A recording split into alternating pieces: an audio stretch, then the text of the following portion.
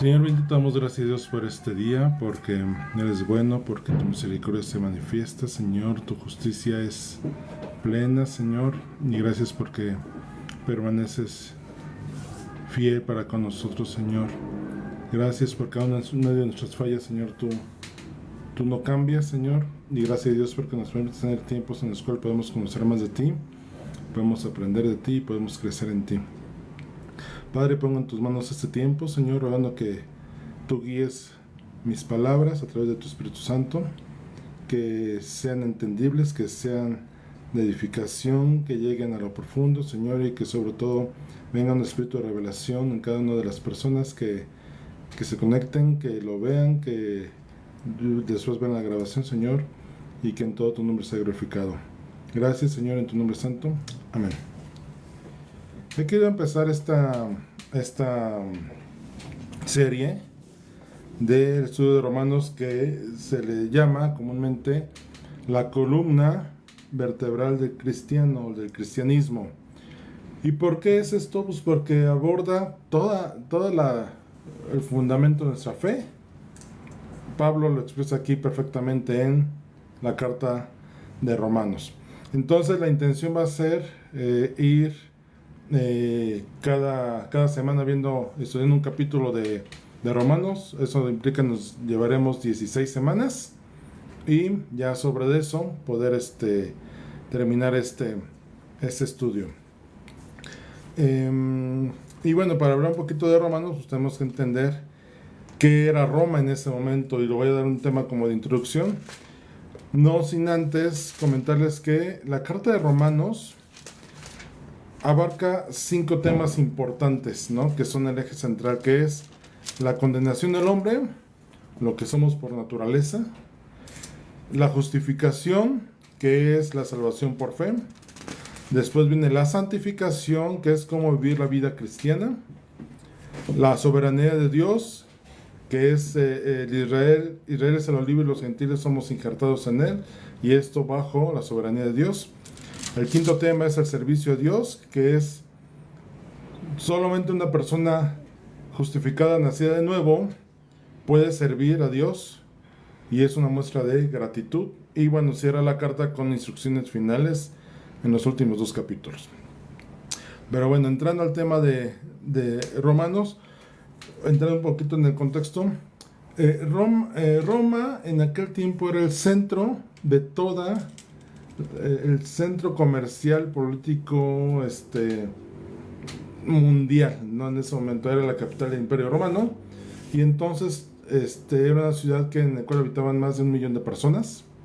La mayoría de las personas eran esclavas en Roma, y eran esclavas entre comillas porque eran esclavas, pero eran esclavas por decisión, en el sentido de que si eran personas libres les costaba muy caro vivir como independientes.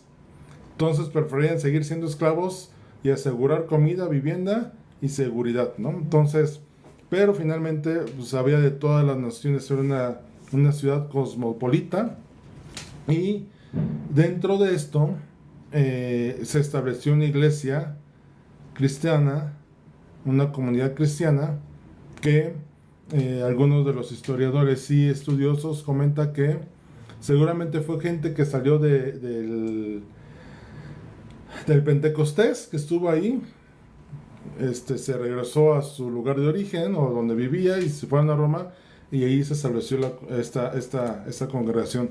Esta congregación no conocía a Pablo, no es una obra del trabajo de Pablo como tal, más sin embargo era conocida la obra y la iglesia de Roma, pues, a través de todas las iglesias que se fueron abriendo. Entonces, cuando Pablo escribe esta carta, que fue por el año 57 después de Cristo, Pablo fue en edad contemporáneo de Jesús. No se sabe determinar exactamente qué edad tenía o su fecha de nacimiento, pero pues era más o menos contemporáneo de Jesús. Y entonces, cuando Pablo está en Corinto, escribe esta carta para Roma. Vamos a ver que Pablo, más adelante, como Pablo tiene mucho la intención de ir a Roma, pero dice: fui detenido por Dios, se me ha impedido ir, ¿no? Y entendemos que fue Dios el que pues soberanamente hizo esto. ¿Y con qué fin? Porque imagínense si Pablo hubiera ido a Roma y eso que vamos a estudiar se los hubiera dado a, Roma, a los hermanos en Cristo en Roma presencialmente, nos hubiéramos perdido la oportunidad de tener esa carta, ¿no? A diferencia de las demás cartas, esta carta, todas las demás cartas, Pablo las escribe para corregir algo, o le habían informado, oye, fíjate que los Gálatas están haciendo esto, o fíjate que en Corintio está ocurriendo esto, ¿no? Y los tesalonicenses, etcétera, etcétera. Entonces, esta carta a los romanos no trae ningún contexto correctivo, más bien era una iglesia sana, pero que le hacía falta mayor conocimiento de enseñanza apostólica. Esto es, un maestro como tal, como puede ser cualquiera de los apóstoles en ese momento. Entonces, la intención de Pablo, ahorita lo vamos a ver, era esa, ¿no? Poder compartir con ellos más allá de lo que ellos ya habían recibido. Entonces, por eso es que la carta viene a ser sin quererlo, quiero pensar que Pablo no estaba propuesto escribir algo tal cual, decir, ay, les voy a dejar aquí un libro completo sobre la doctrina, no. Pero ahorita vamos a ver cómo de un tema de saludo, de repente, ¡pum!, Pablo se arranca y les empieza a dar toda la enseñanza y la base del Evangelio de Dios. Entonces, vamos a empezar con Romanos 1, nada más en contexto, yo leo primordialmente la Nueva Traducción Viviente. Si hubiera alguna connotación propiamente con Reina Valera 60, bueno, pues haré ahí el comentario. Dice Romanos 1:16 en Nueva Traducción Viviente, pues no me avergüenzo de la buena noticia, esto es del Evangelio, acerca de Cristo, porque es poder de Dios en acción para salvar a todos los que creen, a los judíos primeramente y también a los gentiles. Y entonces vemos cómo en el capítulo 1, en los primeros 7 versos, Pablo hace una presentación de sí mismo. En el versículo 1 dice, yo Pablo, esclavo de Jesucristo, en la Reina Valera dice siervo de Jesucristo. Esta palabra, ese vocablo ahí de siervo, en la traducción también puede ser esclavo. Y este tema de esclavo es que era esclavo por amor con Jesucristo.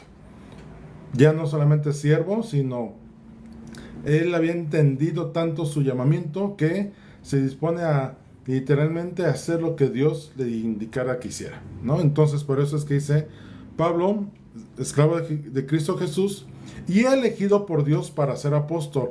Todo llamamiento no es que uno quiera ser llamado a, no es que tú, yo quiero ser profeta, yo quiero ser maestro. Sí, tú podrás desearlo, pero más bien tienes que conocer qué es lo que Dios quiere para ti, cuál es el llamamiento que Dios tiene y lo puedas desarrollar en plenitud.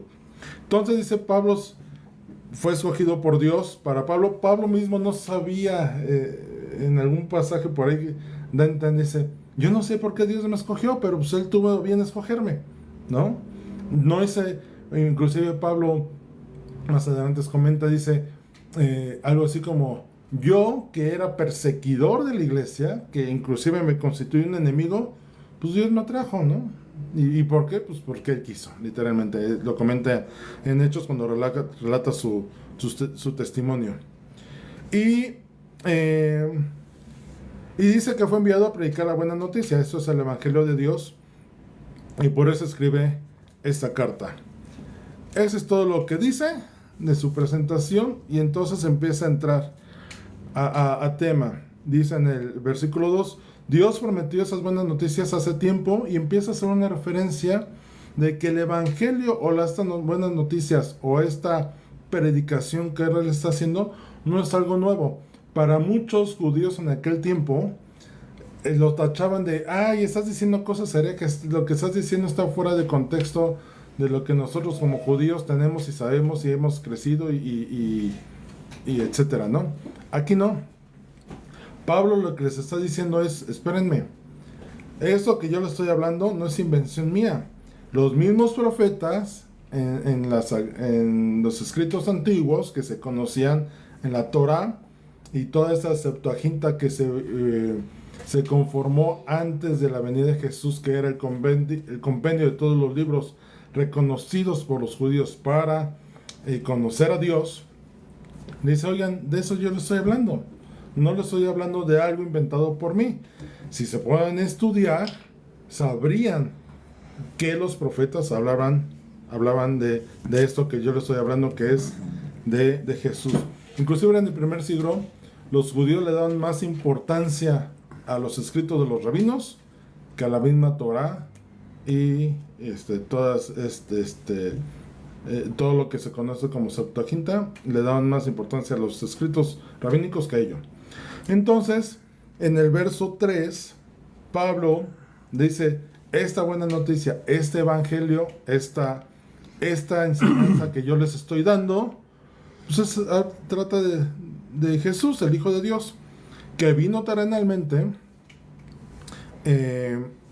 y que fue descendiente de David. Aquí hablamos claramente de cómo hacen una connotación de que era un hombre. Jesús fue completamente hombre. Y después comenta en el verso 4 que ha demostrado que era el Hijo de Dios cuando fue resucitado de los muertos mediante el poder del Espíritu Santo. Él es Jesucristo, nuestro Señor. Y aquí lo que está demostrando es a Jesucristo Dios hombre, ¿no? Completamente hombre, pero también tenía completamente su divinidad manifestada. ¿Y qué es lo que ocurre? Que por eso Jesús resucitó. Cualquier otro líder de cualquier otra religión, secta, cualquiera de esta denominación o como religiones mundiales, como quieran señalarlo, ninguno de ellos resucitó, ¿no? Como para dar veracidad a lo que dijo. Jesús dijo, en 3 días resucitaré, y lo hizo. Y esto es uno de los fundamentos, el fundamento principal de nuestra fe. Creemos en un Señor Jesús resucitado. Y a través de esas resurrecciones que nosotros tenemos, lo que hoy tenemos como fe, nuestra convicción de fe. Entonces, el propósito del Evangelio, lo vamos a ver en los versos 6 en adelante, es alcanzar a todas las personas. Dios respalda su obra. Dice el verso 5, por medio de Cristo, Dios nos ha dado a nosotros como apóstoles el privilegio y la autoridad de anunciar por todas partes a los gentiles lo que Dios ha hecho por ellos, a fin de que crean en Él y lo obedezcan, lo cual dará gloria a su nombre. Pablo sabía, junto con los apóstoles, que ellos habían sido instituidos por Dios por Jesús para continuar la obra que Él había hecho. Ya no solamente del tema temático de enseñanza, sino también desde un tema presencial, de decir, sí, nosotros vimos cómo era hombre, cómo murió y resucitó y después se nos manifestó. Somos testigos presenciales y oculares. Y entonces este anuncio, Pablo fue el principal precursor de este evangelio de los gentiles.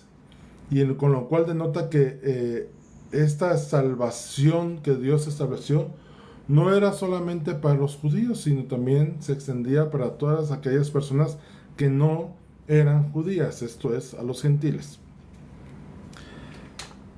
Y el verso 6 dice, ustedes están incluidos entre los gentiles que fueron llamados a pertenecer a Jesucristo. Esto es, que Dios ya había estaba demostrando cómo el evangelio estaba para todas las personas como seres humanos. Principalmente a la congregación en Roma no eran judíos, sino como era una ciudad cosmopolita con demasiadas personas de todas las naciones, pues era una congregación gentilicia, esto es, de diferentes naciones. Y entonces Pablo le habla sobre esto de que lo que necesitamos es creer.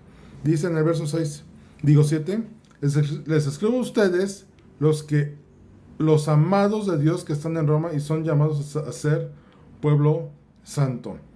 Que Dios nuestro Señor, nuestro Padre y el Señor Jesucristo les den gracia y paz. Pablo empieza a poner una connotación de esto. Ustedes son amados de Dios porque han creído. Y el obedecer les hace santos. Viene esa connotación. Por eso es que Pablo tenía como que la intención de irlos a ver, porque decía, oigan, ustedes han avanzado mucho en esto, pero vamos a confirmar lo que ya tienen. Inclusive dice más adelante, vamos a ver si hay un don especial, algo más que darles que les haga crecer y edificarse. Y entonces entra la parte de esta connotación del poder del Evangelio, que abarca de Romanos 1, 8 al 17, en el cual les empieza a decir, oigan, por todos lados se habla de la fe que tienen en Cristo. O sea, tenían buenas referencias. Había buenas referencias de los romanos en cuanto no solamente de ser cristianos y a lo mejor una congregación no pequeña, sino también que a su estilo de vida reflejaban a Cristo, que era una parte importante, de forma que estaban haciendo revuelo en Roma. Recordemos que, y se han visto por ahí películas al respecto, por ejemplo Cuba dice, es una de las que habla muy, muy fuerte de esto. El ser cristiano ya movía intereses, inclusive no es que este cristiano no me conviene que esté aquí porque es muy recto, y entonces lo que yo quiero hacer chueco, pues no puedo. Causaban revuelo. Desde Jesús se sabía que causaba ese tipo de revuelos con las personas. Entonces, en el verso, y entonces Pablo les dice, tengo conocimiento de ustedes al punto que interesado por ustedes sin conocerlos, ¿no? Pablo tenía tal fervor por su ministerio que no le importaba orar aún por personas que no conocía, sino más bien su preocupación inicial era que la mayor cantidad de personas fueran alcanzadas, fueran gentiles, fueran judíos, fueran de discípulos de él, no fueran discípulos de él. Él veía a un cristiano y decía, gracias a Dios porque eres cristiano, vamos a trabajar, ¿no? Y en el verso dice 11, pues tengo muchos deseos de visitarlos para llevarles algún don especial, espiritual, que los ayude a crecer firmes en el Señor. Cuando nos encontremos, quiero alentarlos en la fe, pero también me gustaría recibir aliento de la fe de ustedes. Quiero que sepan, amados hermanos, que me propuse muchas veces ir a visitarlos, pero hasta el momento me vi impedido, porque el deseo de Pablo era trabajar con ellos y ver frutos espirituales. Pablo, les comentaba hace ratito, Pablo quería ir, Pablo quería conocer la obra del Espíritu Santo trabajando allá, pero simplemente por un tema providencial de Dios dijo, no vayas, hay otro propósito, hay otra intención, hay otro plan. ¿Y qué es lo que ocurre? Que entonces el propósito de Pablo no era ir a pasear, ¿no? Él iba a trabajar. Él decía, no solamente pretendía que poderles dar un don, dice aquí un don espiritual, que les ayude a crecer más, sino inclusive Pablo, que decía, necesito que me den un aliento. Imagínense el trabajo de Pablo, estudiando el tema de Pablo.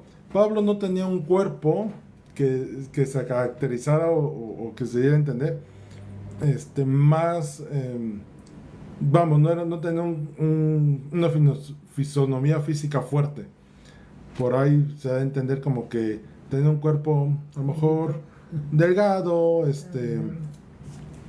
pero Dios le dio una fuerza y una entrega sobrenatural que físicamente se la pasó viajando muchísimo tiempo, pasó trabajando muchísimo tiempo, se la pasaba en cárceles muchísimo tiempo, inclusive al punto que alguna vez lo apedrearon y lo dieron por muerto, ¿no? Entonces estas vicisitudes él estuvo pasando. Y entonces viene la parte en 15 que dice, así que estoy ansioso de visitarlos. Pablo no perdió la esperanza de visitarlos y finalmente los visitó, no en la condición que lo hubiera querido, porque llegó a Roma, pero llegó preso a causa de que fue llevado allá por un falso que le levantaron, y entonces fue como llegó hasta Roma. Y después de todo esto viene un versículo muy conocido y que puede ser para muchos parte central de esta carta a los romanos, que es el verso 16, que dice, pues no me avergüenzo de la buena noticia acerca de Cristo, porque es poder de Dios en acción para salvar a todos los que creen, a los judíos primeramente y también a los gentiles. Pablo les está diciendo, ¿saben qué? No me importa decir que conozco a Cristo y compartir las buenas nuevas, si esto aún me implica persecución, que me apedreen, que pase por momentos difíciles, que pase por necesidad, que Pablo no le importaba. Pablo era valiente en decir, no me avergüenzo. ¿Eres cristiano? Sí, sí, soy cristiano. ¿Eres seguidor de Cristo? Sí, soy seguidor de Cristo. ¿Andas evangelizando a las personas? Sí, ando evangelizando, ¿no? Él no tenía reparo en hacerlo. ¿Cuán diferente, o es algo que deberíamos aprenderle, que hoy muchos cristianos pues ocultan que son cristianos, ¿no? Hasta que después de algo, alguna palabra que se les sale, algún comentario, alguna acción, dices, ¿eres cristiano? Sí. Y entras al punto así, ¿y por qué no me dijiste antes, no? ¿Por qué no lo supe antes que eres cristiano? ¿No? No deberíamos avergonzarnos al respecto. Y dice que el evangelio es poder de Dios para salvación. Aquí me gusta esta traducción que dice, poder de Dios en acción. No un poder limitado, contenido, sino un poder que actúa para salvación a todos los que creen. Y esa convicción de creer es el recibir el mensaje de salvación de Jesucristo, que murió por nosotros para darnos vida. Y el término salvación no se enfoca solamente al tema de salvación espiritual, sino se refiere a todos los tipos de salvación que pueda haber, inclusive de salud física, en tema legal, todo este tipo de salvación se refiere a ese término. Y dice el verso 17, esa buena noticia nos revela cómo Dios nos hace justos ante sus ojos, lo cual se logra del principio al fin por medio de la fe. Como dicen las escrituras, es por medio de la fe que el justo tiene vida. Y este versículo tiene mucho por sacar, ¿no? Revelación es que es quitado un velo para poder ser visto o manifestado. ¿Y qué es lo que hace esto el Evangelio? Mostrarnos cómo Dios, después de tener toda una vida pecaminosa, y ahorita lo vamos a tocar, dice, nos muestra cómo podemos tener salvación y cómo podemos ser justos delante de Él. Si entramos en el contexto en el cual, regresando a Génesis, en el cual Génesis nos relata cómo Adán pecó delante de Dios junto con Eva y cómo toda la humanidad nos heredó una naturaleza pecaminosa, lo cual nos apartó de Dios, lo cual nos hacía no justos delante de Dios, nos hacía pecadores delante de Dios. Dios, a través de este evangelio, nos muestra cómo podemos acceder a Él, cómo podemos recuperar nuestra posición original revelada en Génesis 1 y 2, ¿no? De la relación que tenía Adán con Dios en el huerto del Edén. Y entonces, lo cual se logra por medio de la fe. Y esto de por medio de la fe, perdón, ¿qué es fe? Si recordamos cómo Hebreo nos habla de todos esos hombres de fe, empezando por Enoc, Noé, Abraham, fueron personas que no vieron, dice la palabra, que no vieron el cumplimiento, pero creyeron, ¿no? tuvieron fe en algo que no vieron, pero dieron por sentado y creyeron con certeza, con convicción en su corazón de, si Dios me lo está diciendo, es así es. David tuvo una revelación de Dios al punto que él escribía, dijo el Señor, a mi Señor, siéntate a mi derecha, mientras pongo a tus enemigos debajo de tus pies. Y esa revelación no es que haya conocido a Jesús en la forma corporal, o sea, él no estuvo cuando Jesús vino, pero sí tuvo la revelación de conocer a Dios Padre y a Jesucristo como Hijo y poderlos ver. Y toda esa revelación de va a venir un Salvador profetizado, lo decía Pablo en el capítulo, en el versículo 2, de esto que hablaron los profetas, desde Moisés, que Moisés era considerado un profeta, que decía, toda esta parte de la ley puesta por Moisés eran presagios, eran pistas de un perfecto sacrificio en Jesucristo, ejemplificado y revelado a través de todo el tabernáculo. Todo el tabernáculo habla de Jesús. Los sacrificios hablan de Jesús. Toda la ley habla de Jesús. Y por eso también dice la palabra que Jesús es el fin de la ley, y no el fin de la ley en cuanto a que se termina la ley y empieza algo. No, sino Jesús cumplió la ley en perfección. Entonces, cuando dice que el justo tiene vida por la fe, esto es por lo que cree, por quien cree, se hace justo delante de Dios y entonces tiene vida.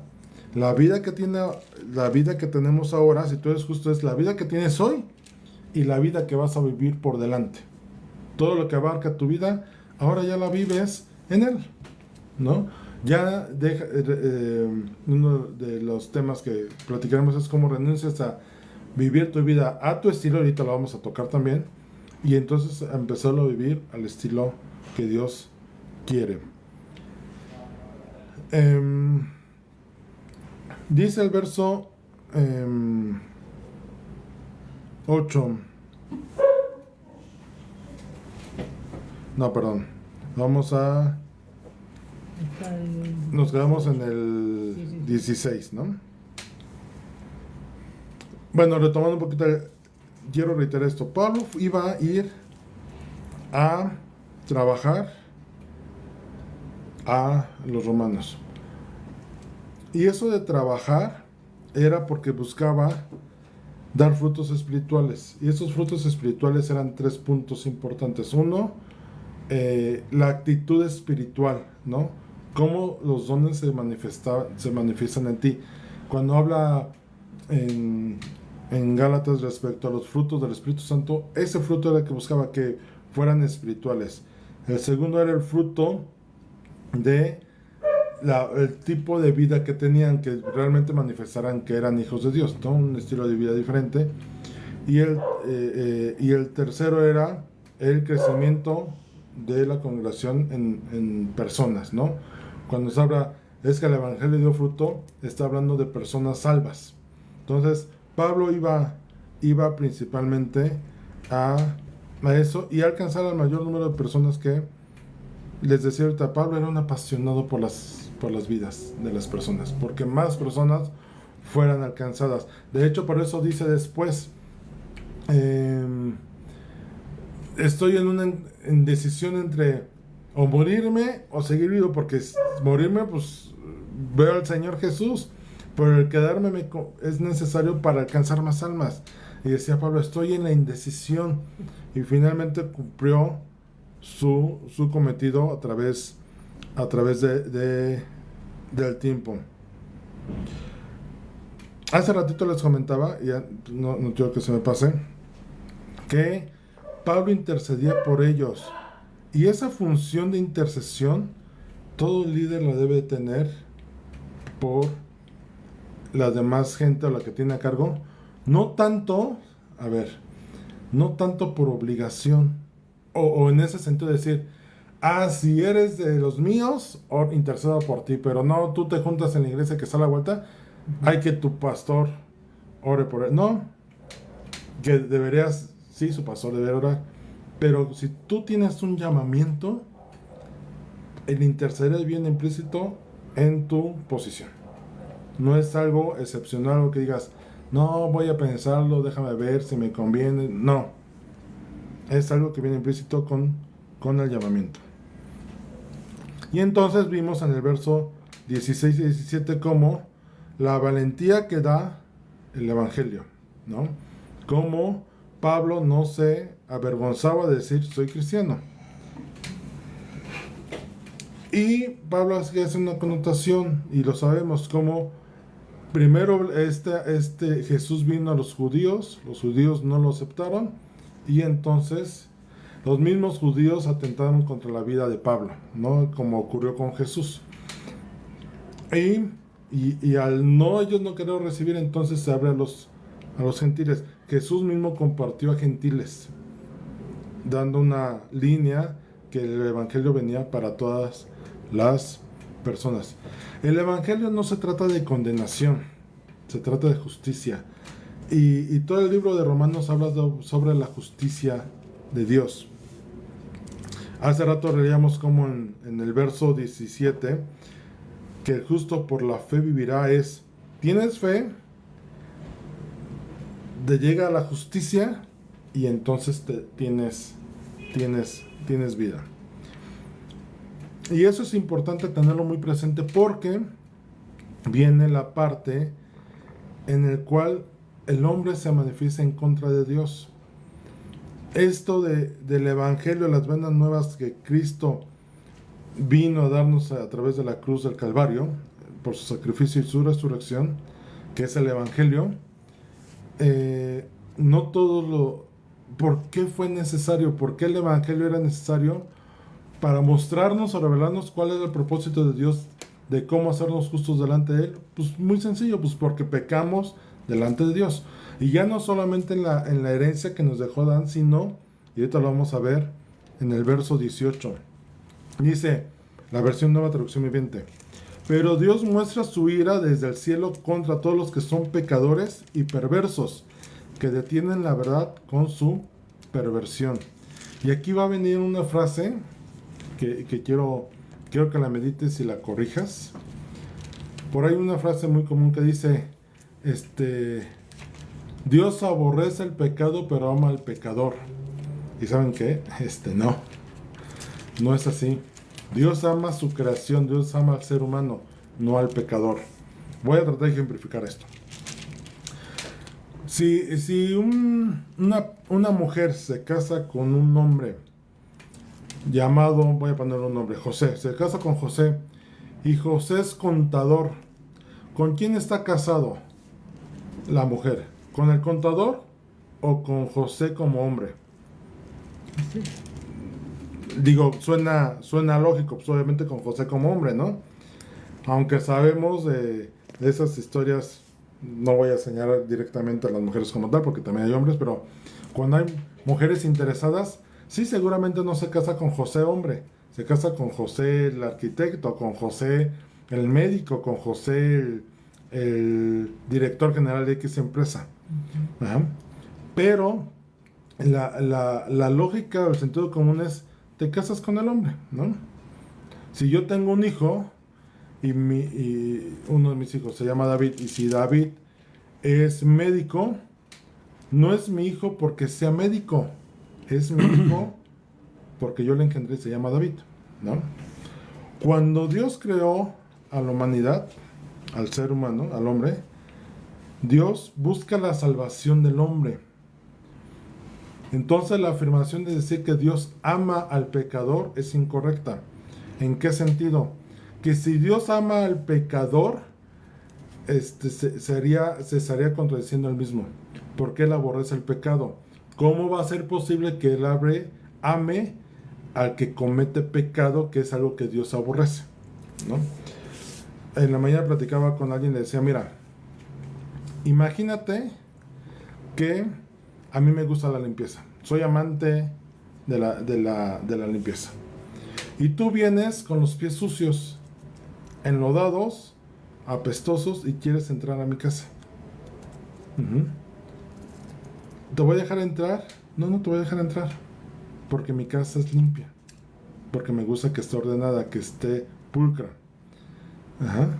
Entonces, pues te voy a decir, oye, sabes que vete a lavar los pies o a ver qué haces, pero no, aquí no puedes entrar. Entonces, la persona se sale y llega Jesús y le dice, espérame, yo te lavo los pies, ¿no? Para que entres sin mugre, sin contaminación a la casa.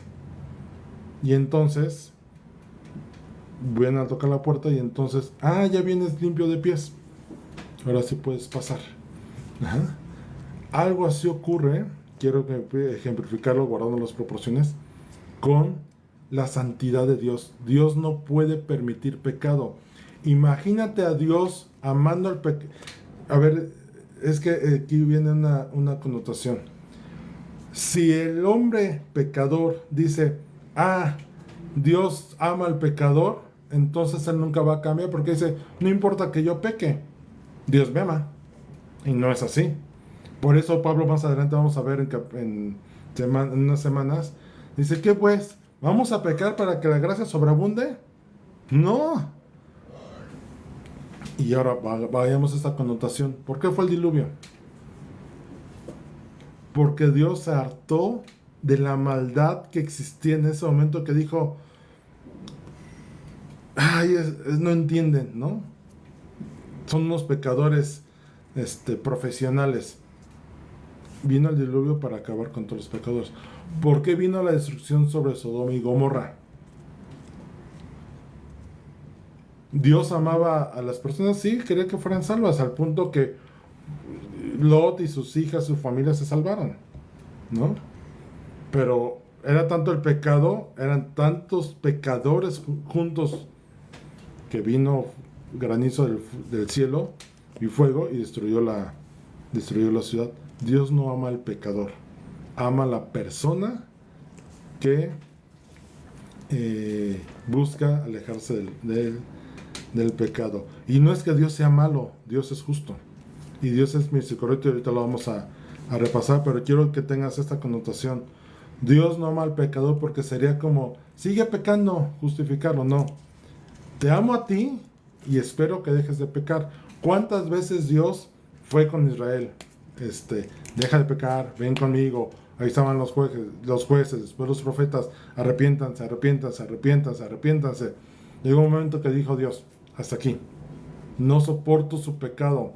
Recordemos que Ezequiel recibió la revelación de cómo el templo de Dios, la casa de Dios, que fue uno de los puntos que Dios dijo, o sea, ya se volaron la barda, que tuvo que su gloria sacarla del templo, porque dicen, dentro de mi casa, o sea, en mi privacidad, imagínate, en mi casa, en mi recámara, metieron ídolos y pintaron demonios en las paredes y adoran allá adentro, y atrás los sacerdotes se prostituyen con las mujeres.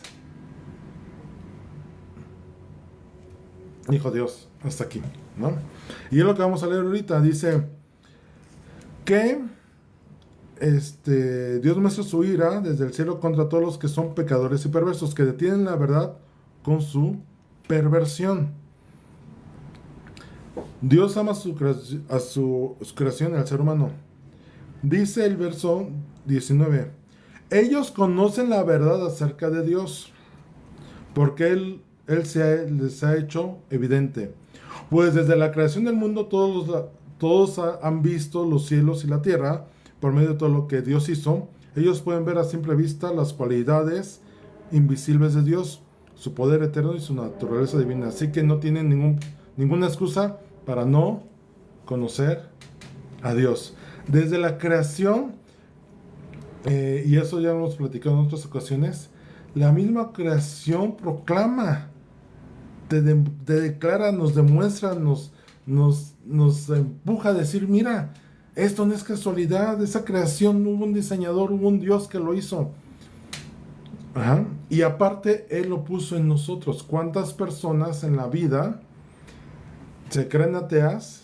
Y les he comentado ese testimonio del pastor Chulo Olivares de Guadalajara, que él se declaraba ateo y comunista. y un día que se fue de pinta, fueron a un peñasco y él se miró y dice que le llegó un pensamiento: ¿no crees que esto lo diseñó alguien? Y que se volteó con sus amigos y dijo: oigan, vean esto, ¿a poco creen? Que les confrontó a sus amigos: ¿a poco creen que esto se hizo de la causalidad? Esto se hizo de la causalidad, todo está diseñado, vean cómo está tal y tal. Y empezaron a escribir. El parte del testimonio de Charlie Wells que dice: Dios se me manifestó a través de su creación sin yo aún conocerlo. Así a toda la humanidad ha tenido esa revelación, pero la gente ha preferido la gente se sorprendía del sol, ¿no? Y tanto le sorprendía que empezaba a adorar al sol, en lugar de decir: oye, ¿quién creó el sol? Vamos a adorar a quién, o a la luna, y así vemos cómo las antiguas religiones o civilizaciones adoraban hasta la mosca que pasaba, y literalmente porque los egipcios tenían un dios mosca, ¿no? Y a la rana, ¿no? Y todas estas deidades. Aquí en México, si no me recuerdo, Moctezuma, Moctezuma, se los confirmo, pero en sus escritos, en sus poemas que escribía, él mismo decía, interpretaba como que alguien más tuvo que haber creado todo esto que existe, toda esta naturaleza. Pero la gente, en lugar de buscar adorar o reconocer al creador de todas las cosas, adoraba las cosas. Y es lo que dice los siguientes pasajes, lo que decíamos ahorita: Dios se manifestó todo momento para que la gente no tuviera excusa de decir: no, es que nadie me presentó, no, nunca conocí de Dios. Es más, Señor, ni siquiera sabía que existías. No, Dios se había revelado.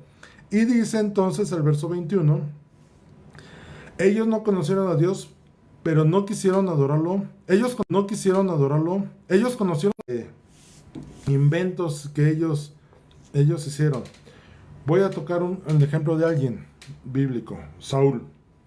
El rey Saúl conoció a Dios, pero él no quiso adorar a Dios. Quiso hacer su voluntad, quiso hacer lo que y conocemos la historia de Saúl, como él empezó como rey por imposición de manos de Samuel sobre él, y como una indicación directa de Dios de ve y destruye a los amalecitas, no lo hizo, desobedeció. Después quiso usurpar el puesto de sacerdote y él quiso ofrecer sacrificios, y llegó Samuel y dijo: ¿qué estás haciendo? No, es que como no llegabas, pues yo quise clamar a Dios: oye, pero ni es tu llamamiento ni sabes hacerlo. Y yo te dije: espérame y aguarda. Y hiciste lo que se te vino en gana, ¿no? Entonces dice: por eso Dios te ha desechado. Y vemos todo el pasaje, y Saúl estaba más preocupado y dice: oye, sí, la regué, ¿no? Pero bueno, acompáñame con los líderes para que vean que estás conmigo. O sea, en un momento viene un arrepentimiento de él. Después Samuel muere. Imagínense cuál era tanta ya su confusión y su mente oscura, su entendimiento entenebrecido, que él había expulsado a todos los adivinos y hechiceros del pueblo de Israel, porque esa era indicación de Dios. Y entonces, como no encontraba paz y no sabía qué hacer, manda a llamar: oye, ¿no conoces a algún medium? Oye, señor, pero tú nos dijiste que sí, ya sé que yo los expulsé, pero busquen uno. Ah, pues hay una allá por allá, sé dónde está. Fue de noche y a entrevistarse con la persona. Y entonces le dice, oye, le dice la medium: oye, ¿no sabes que me estás poniendo en riesgo mi vida al tú venir? Y porque Saúl dijo que, y dice: no, y le dice: te juro por Dios que no te va a pasar nada. Qué ilógica reacción de Saúl. Estaba en contra de Dios, y por aprobar algo que a Dios no le agradaba, le jura por Dios que no le iba a hacer nada. Ese ejemplo nos da una claridad de cómo la mente puede quedar en oscuridad y confusión. O sea, empiezas a hacer cosas incongruentes. Y el hombre empezó a hacer eso. Empezó a justificarse cosas, pecados, pensamientos. Y mira, no, ¿para qué adoramos a Dios? Mira, ¿para qué adoramos a Dios si tenemos que llevar una ofrenda hasta allá? Mejor sacrifiquemos aquí. En lugar de llevar una vaca, aquí agarra el conejito ese que acabas de matar y sacrifícalo a Dios. Ay, ya. Eso fue lo que hicieron y empezaron a adorar otras cosas. Y dice animales, aves, animales de cuatro patas y hasta reptiles. Y entonces, ¿qué es lo que Dios dice en Romanos 1:24? Que Dios abandonó para que hicieran todas las cosas vergonzosas que deseaban en su corazón. Dios dijo, ¿quieren hacer eso? Háganlo.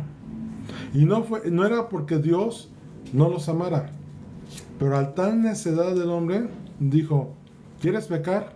Peca, pero lleva las consecuencias de tu pecado. ¿No?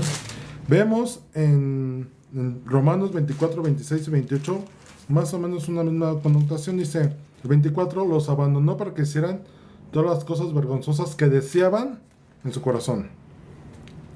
El 26 dice, por esa razón Dios los abandonó a sus pasiones vergonzosas. Y el verso 28 dice, por pensar que era una tontería reconocer a Dios, Él los abandonó a sus tontos pensamientos. Y entonces vemos que el primer verso dice deseos, que es un deseo, es la emoción de querer algo mejor para uno. Cuando una emoción, por ejemplo, cuando te compras tu primer auto, ¿no? Ay, ya me compré un auto para mí, ¿no? Bueno, ese tipo de deseo era lo que el hombre tenía deseando pecar. La pasión es un sentimiento muy intenso por una preferencia personal. Yo puedo ser un apasionado de la música. Aquí puede entrar, lo comentaba hace unos días con Paz, el tema de los fanáticos. Tiene una pasión desbordada por una persona que resulta ser mentalmente desequilibrado, ¿no? Y la necedad del hombre se puede traducir como idiotez y no en el contexto de grosería. Idiota es un tonto o un corto de pensamiento, un engreído sin fundamento para ello, alguien que se cree mucho y no tiene de dónde sustentar el creerse mucho. Entonces el hombre cayó en estas tres cosas, en sus deseos, en sus pasiones y en su necedad o en su idiotez. Y entonces cometieron cosas deplorables. Dice el verso 24, aún las mujeres se rebelaron contra las formas naturales de tener relaciones sexuales y en cambio dieron rienda suelta al sexo unas con otras, lesbianismo. Los hombres, por su parte, en lugar de tener relaciones sexuales normales con la mujer, ardieron en pasiones unos con otros, homosexualismo. Los hombres hicieron cosas vergonzosas con otros hombres y como consecuencia de ese pecado sufrieron dentro de sí el castigo que merecían. Dios nos diseñó de una manera perfecta. Dios diseñó al hombre perfectamente y a la mujer perfectamente. No diseñó más cosas, ¿no? Dios diseñó un hombre y una mujer. El hombre, motivado o no por Satanás, corrompiera ese diseño original, para Dios es una completa aberración. Y Satanás sabe que eso es una manera, voy a expresarlo así, de molestar en gran manera a Dios, ¿no?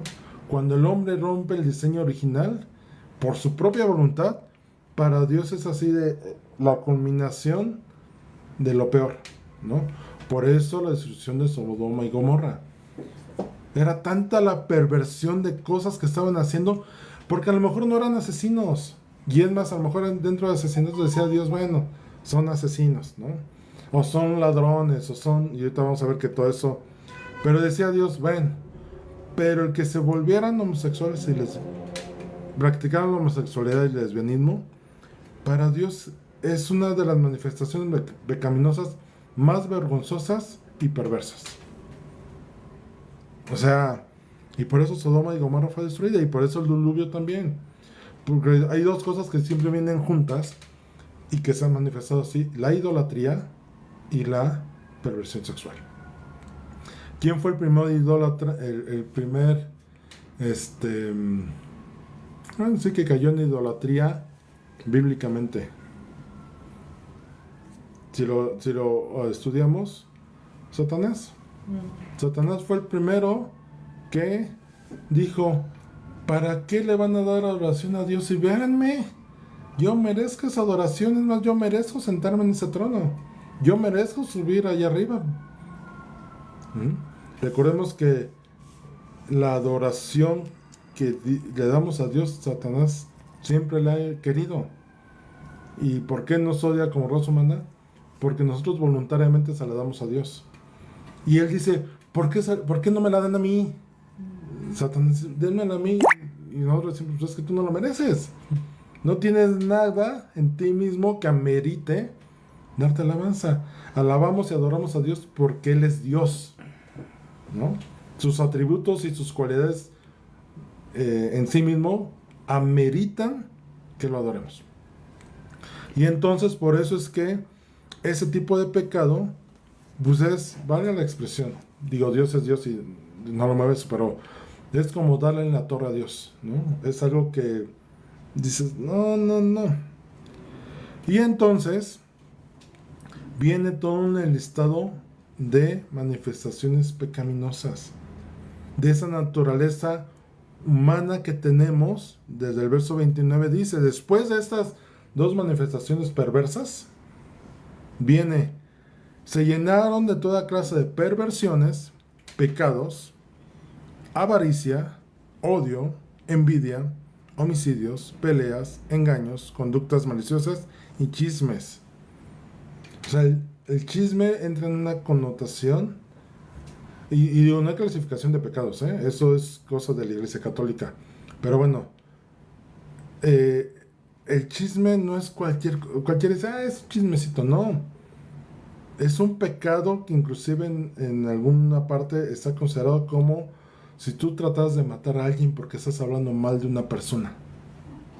Es como homicidio. Dice el verso 30, son traidores, insolentes, arrogantes, fanfarrones y gente que odia a Dios. Me hubiera querido detener a explicar cada uno, pero creo que todos los términos están muy, muy claros, ¿no? El avaro es el que desea más de lo que tiene, sin detenerse a ver de dónde lo consigue. Odio es rencor hacia otra persona, al punto de querer inclusive matar.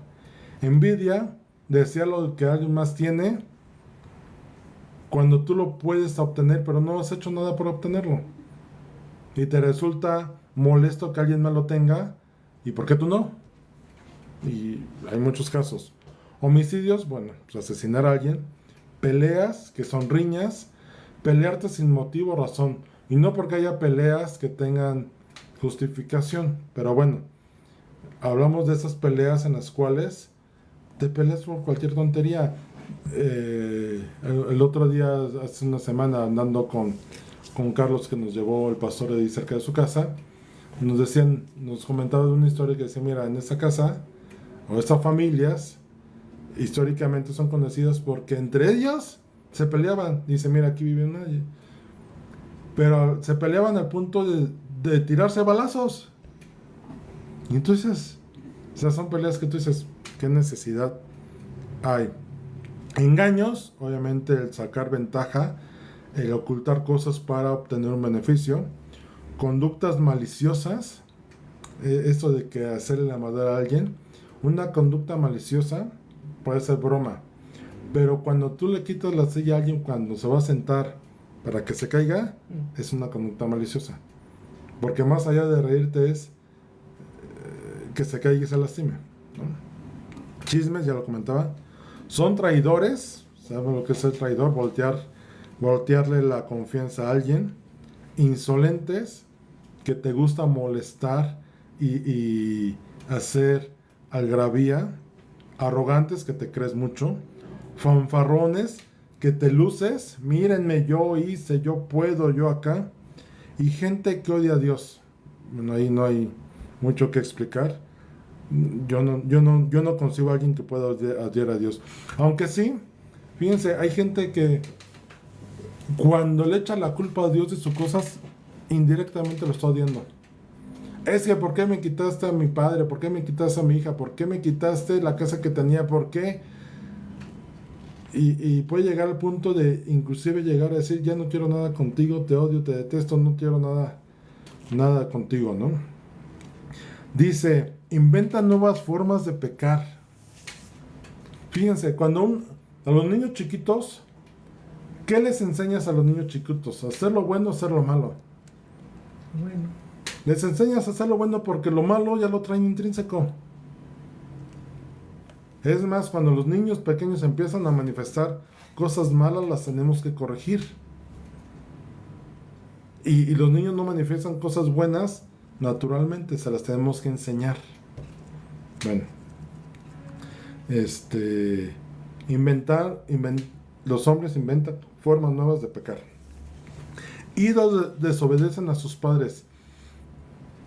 Esta indicación, desobedecen a sus padres como un pecado aparte, o sea, le da un énfasis especial.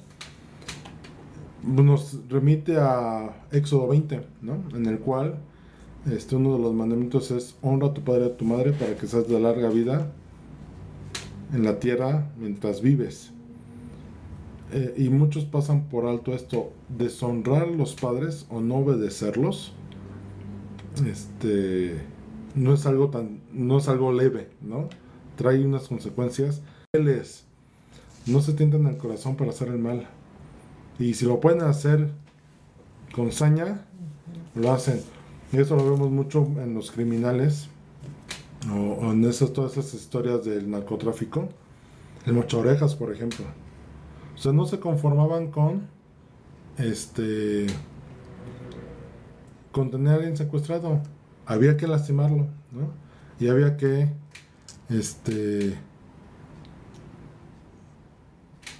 permítanme tantito. Tenían que molestarlo o hacerle daño para manifestar a ver, es que me dice que se va a acabar el tiempo, pero no me da. sí, trabajo. Ahí está, ya, verificación completa. Entonces, ese tipo de personas curiosas no se eximen. Oye, ¿por qué vas a sacar a la persona anciana que está con medicamentos? Me vale, no ha pagado, órale a la calle. Oye, pero tiene que tener luz, a ver cómo le hace afuera, ¿no? A ver cómo se conecta, a ver cómo lo resuelve. Esas son las personas crueles y no tienen compasión. Saben, dice el verso 32 para terminar este capítulo, saben que la justicia de Dios exige que los que hacen esas cosas merecen morir. Pero a ellos les da igual y les hacen. ¿A qué punto llegó el ser humano? O llegamos, vamos a incluirnos todos finalmente como humanidad, de saber que estamos haciendo las cosas mal, que son cosas que a Dios aborrece, que a Dios no le agradan, y que inclusive lo amerita que morir o recibir un castigo al respecto. Dicen, no importa. No me importa recibir las consecuencias mientras satisfaga mi deseo, mi pasión de esta maldad, ¿no? De hacerlo. Y eso es lo que Pablo en este pasaje está poniendo de contexto. El hombre voluntariamente se puso en contra de Dios, siendo que Dios se manifestó tanto en su creación como internamente, decir, mira, aquí estoy yo te creé, yo te hice. Y el hombre no solamente no lo adoró a él. Hay un pasaje por ahí que ya no lo leí ahorita, que dice Pablo, y no dieron no reconocieron al Dios de la creación. Alabado sea Dios por ello. Yo creo que a todos nos ha ocurrido, hemos estado en iglesias donde hay muchas personas que dentro de la prédica están, amén, gloria a Dios. A veces, o en muchas ocasiones, dan amén y gloria a Dios aún por cosas que no ameritan. Pero yo recuerdo en mi infancia, cuando en la prédica el pastor decía algo, alguna cualidad de Dios grande, derramó su sangre, todas esas expresiones de honra y alabanza a Dios vienen de un corazón que reconoce a Dios.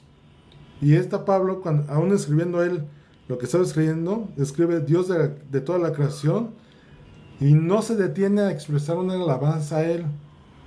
¿Por qué? Por reconocimiento. El hombre llegó al punto de inclusive ni eso reconocer, ¿no? Ni es así de... O sea, al punto de, eres Dios, pero no te quiero reconocer como Dios, ¿no? Y no me importan las consecuencias, ¿no? Voy a hacer lo que finalmente yo deseo. Y termina el texto, peor aún, incitan a otros a que también las hagan. ¿Saben que esto de incitar a alguien más a pecar es algo que también Dios aborrece en sobremanera? ¿Saben cuántos reyes de Israel, cuando el reino se dividió, que se formó el reino de Judá y el reino de Israel? En el reino de Judá hubo muchos reyes que fueron temerosos de Dios. Nada más a Josafat, a Asa, a Josías, a Ezequías, que volteaban su corazón a Dios y decían, no, Señor.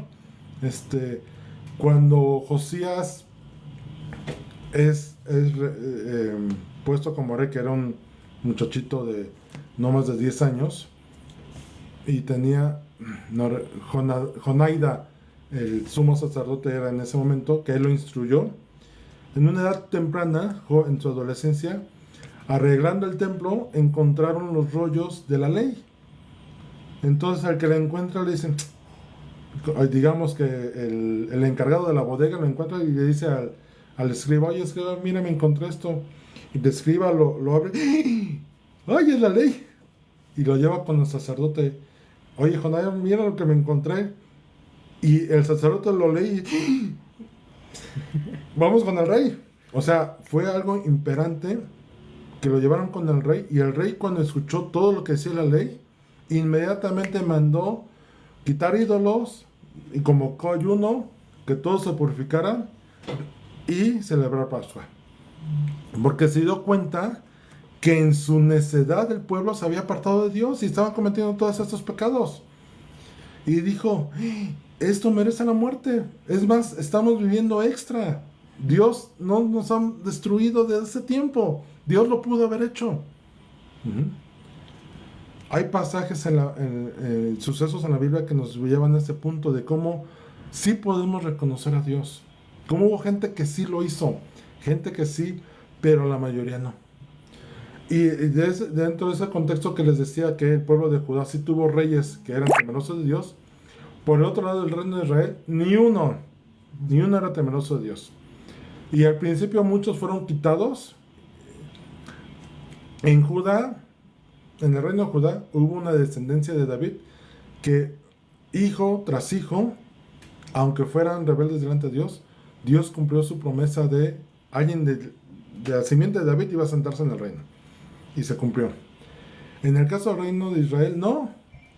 Jeroboam, Acab, Ocosías, eran reyes malos. Y dice la palabra, lean ahí Crónicas y Reyes, hizo lo malo ante los ojos de Dios y aún hizo peor que el rey anterior. Y él incitó al pueblo a pecar y por eso era quitado. O sea, Dios dice, bueno, voy a ponerlo a parafrasearlo así, ¿no? Con todo respeto. Dios dice, bueno, si vas a pecar, peca solo, ¿no? No incites a los demás. ¿Cuántas veces nosotros hemos incitado a otros más a pecar, a hacer lo malo? Y eso es algo que a Dios no le agrada. Entonces, con esto cerramos el capítulo 1 de Romanos, esperando que podamos entender lo que después en otros capítulos vamos a entender.